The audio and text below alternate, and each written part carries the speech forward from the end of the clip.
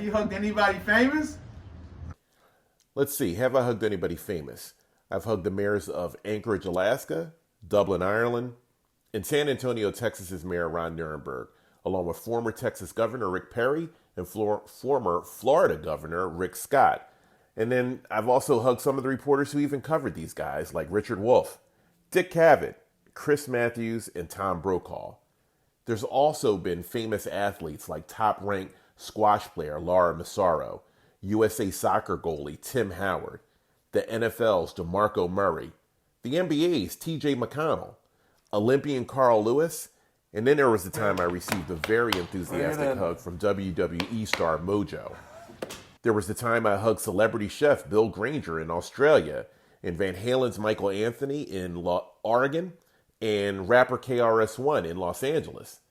I've embraced movie stars like George Hamilton and Alec Baldwin in Philadelphia, and while I've never actually hugged porn star famous for her big badonkadonk, Caroline Pierce, she did send me a very nice email saying that she loved my book. And then there's the people whose lives were so cool that they were actually made into movies, like U.S. Navy SEAL Marcus Luttrell, whose story can be seen in Lone Survivor, and Chuck Yeager, the man who broke the sound barrier and whose story is a part of the movie The Right Stuff. They're both good movies. Go check them out. And then there's the wacky hugs, like the Philly Fanatic and the legendary Bigfoot, and the one time when I ran into and hugged the gingerbread man, a snowman, and a random Asian dude.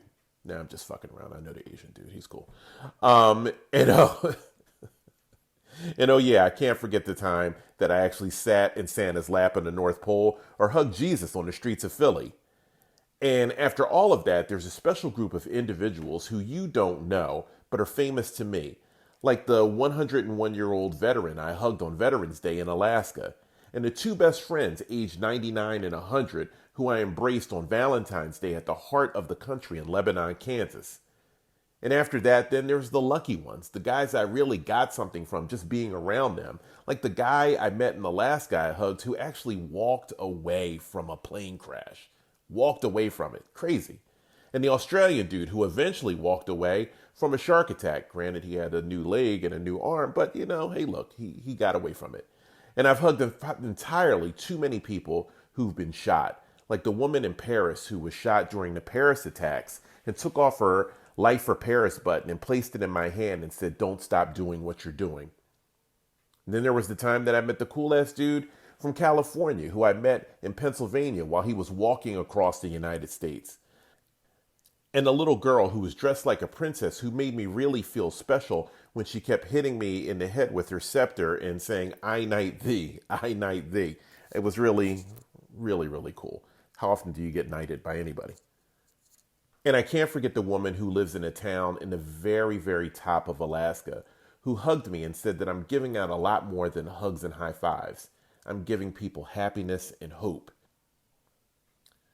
And lastly, there's Leroy, a brother I met when I was bicycling across the United States at a Wisconsin VFW who said that shortly after serving in World War II, he motorcycled across the United States just to simply see what he fought for.